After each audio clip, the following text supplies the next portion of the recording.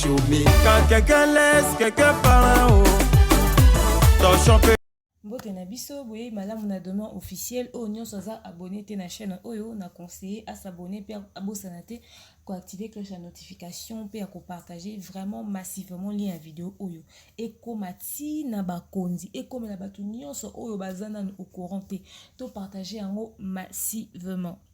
Bauti kotindela ngai lien moko ya ndeko ya état de santé ya ndeko na biso papa météo o aza kobela, il est gravement malade, il est très souffrant comme vous ne pouvez pas imaginer. Ba ko sala émission zo mona ndeko azo ko kangama zo ko kangana maboko zo sentir kazo ko forcer donc na ko lobana pasi non ki pasi na koko ko matana katikata vidéo wana tepo et salinga mabe na ba commentaire awa na ko tiela bino référence donc lien ya chaîne wana o eska na Nathalie vidéo wana bo cliquer kaka na lien on entend na ba commentaire et memi bino ti esika vidéo wana eza po bo mona bino moko o nga nazo ko beta no lokwa li solo papa météo bandi maladie ne kala avant kutu pululu akufa azaki na likama mbasu na lokolo pona bato bazaka connecté sur les réseaux sociaux bo yebi que likama mbasu ne wana fali ipupa tindaki enveloppe na maboko wana na boduga et comme elle a qui est paix. Mais tant on a les kambakina kati ami bimela qui déjà hôpital je pense 1 ou 2 jours avant peut-être même la veille ou juste abima kapo na likamwana ça na kokoye ba penza na ba précision te mais na kinga kati tinde tozo oketo zala kina ye nazo se rappeler kutunga na koma ki esika faki tozo motuka nazaki akopola pona pola kimbula nazo kota barezina sintia kapacho na 4 ans sanga ya kokota ya koleka ya meto avanda ki na se atie mutu na sembo moi je pensais qu'avant dîner kaka na lingi kuna leka pona simba pona ndo côté le matin na lina simbe singa et nazo kapota pasi nepsi alimbisa na pe viende ni bien na pese ko mbote moto na mo viende ni bien pourtant on tient mutu na se na tepe na kate na monelo nti tant na mo viende ni bien petit na po na yebie na banda okutana na RTVS un temps na zale kuna na radio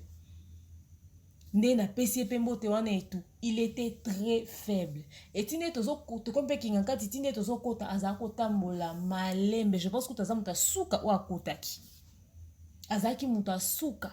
il avait très mal pour tes aki na mwa mobeso allez lelo tozo mona azo ko belela encore lisungi c'est que état de santé simbaki te pour fali pour batinda ki enveloppe ezaki peut-être un bon amukiete maman livre pe kuna biso soto bito to kene pe kinga kati yango mwa muki tozwa ki wana ko ko permettre mais soki lelo lisusu abeli SOS alobi ça ne va toujours papa banda wana atika le ozongila te to tika le omoni te to ki epete soki banda wana tozo beta tsoa kinga kati za na décembre to oke mars s'il vous plaît ye bandi obela moi avant donc soki ba moi union sociale kazaka kana etawana c'est que y a un ça ne va pas bande ko faire circuler message comme atina ba kondi pona ngai avi na ngeza boye semaine prochaine bato bazana matanga ya dadi to kozana matanga Evin Kamo Lopez bapandisa ngo ba okoko to sala ndenge nini biso batonga media ba actualité zebele so na bisibino j'ai ata 4 vidéos alignées boye faut ko poster to la de la poison Michel Bakenda to la de la boye nazo ba te photos badana nini to simba nini nkolo Yesu dossier de dispena Michel Pezo do makamba to bani tozo pe mate bapandisa ngo ba lembi na kotamwa na ba caméra to kende ba famille ya ngani pe moi Hélène pe zongeli koloba to zonga boto sa boto sa neti ndenge ni semaine prochaine et aux allées sous kita po il faut ko kende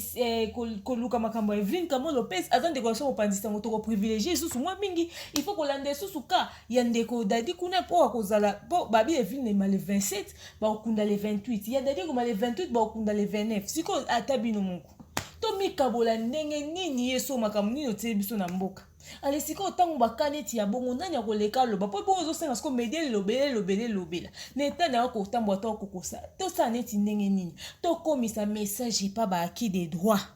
baza lo courant maman nzita pe banda kota ndako ya la toza papa météo eta na eza malamu te soki bo cliquer boketa vidéo okokoka to koka passe koka mawa.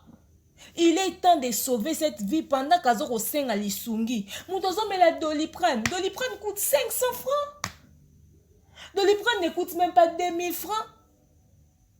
C'est même pas $1, ça coûte 500 francs congolais s'il vous plaît. Si prend Doliprane, ce n'est qu'un calmant. C'est même pas il prend non mais t'as Doliprane, non mais de la reine. on met la dolarène nga kuna ba doliprane ko tout savons comment la dolarène ya ba comprimé na plaquette il y a 500 francs doliprane c'est ça soit 2000 francs so commis ne qui s'y azomela et ça pour qui c'est l'oni si ce n'est pas pour calmer quelque chose et puis zo calmer nini mutazo lenga mo e komi bototika ko tourner totika zo ka bien tazo lenga e ni moi bendani maboko zo kangama biluka somo bongo tozo ko mona ezo senga nini Maman Denise de quoi yona ministre bosi beaucoup tani pa yongo papa lombe na papa masumu tika ta ba loba bino ka soki ba lobi muta kufi lobi obengi réunion na 15h siko na lobi neti boye meteo ba vidéo ya boye bokutani bozo opportunité okuta na mikolo nyonso na Maman Denise boza certainement na ba contact bo benga ye boye bisa e mutuelle de santé ngo ti bo sala ngo ekuta dia ba meteo na kati hôpital ngo le col de bosu d'aller canis eza déjà calé bosi beaucoup te pena ministre eza déjà calé bo tia Maman Denise musukusu webse awa ndenge eza boye soki bo salite ko bima mabe ministre de santé ko tata papa meteo ngo na maman ndi tata na hôpital kasi écoute la bango kuna bakota nanu po bandata na bango na batongo basunga bino nebite bamika bwa ndenge nini kaka na même do ndenge eza boye ba mama ngo nyonso mibale na mama Olive na Maman Denise na ebite so ba mpe bazomona yango o nini ekweli pe biso ba toke pululwe toke dadie toke mundwerie toke neti Maman Olive banda bande akopesa Maman Denise kuta bandi yango nde ye pa pesi baluki solution ya dadi bake na Eveline bake na papa ya Fikine ale biso wana photo sunga papa meteo to sauver bi poza bomoy kuna to bosa ni tingi bi batindele kembo pasa opération misu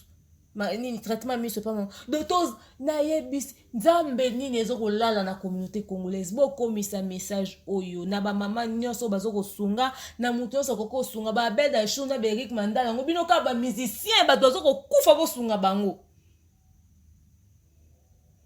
bosunga bango ba yemba olokumu ekende mais soko sauver via mutu mozo mwa ninga zo tambola fierté no nde yango wana te tozo na soko imposer bino le modèle isongi fo bo sala te mais botala rapé baka boye bino do boka bato mabanga boye bi bango boko bondela bango te boloba na bango te likambu na yoki mabe na koko sala susu pendant longtemps te ba comédien na ebité moi mbongo nga muke bazolo bakango dia na munoko bazala nango déjà ta ya malonga te mais moi muke bazozwa wana ko bakabola ngo ndenge nini Yesu batata ya bato bazape na ba famille na bango mais impression bopesaka na lata kaza kitoko aza propre wana bozomona dans le fond y a pas nande makambo c'est comme chien oh mon Dieu na oki mabe penza message comme Maman Denise banana na papa meteo na Maman Nzita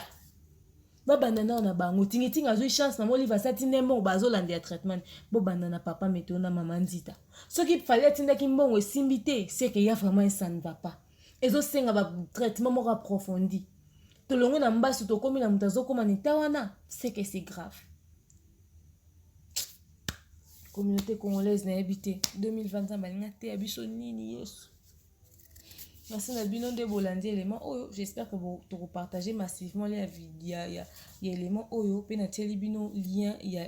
vidéo esika papa meteo azali en référence comme ça bolandi la yango kuna merci beaucoup et bien des bonnes choses à vous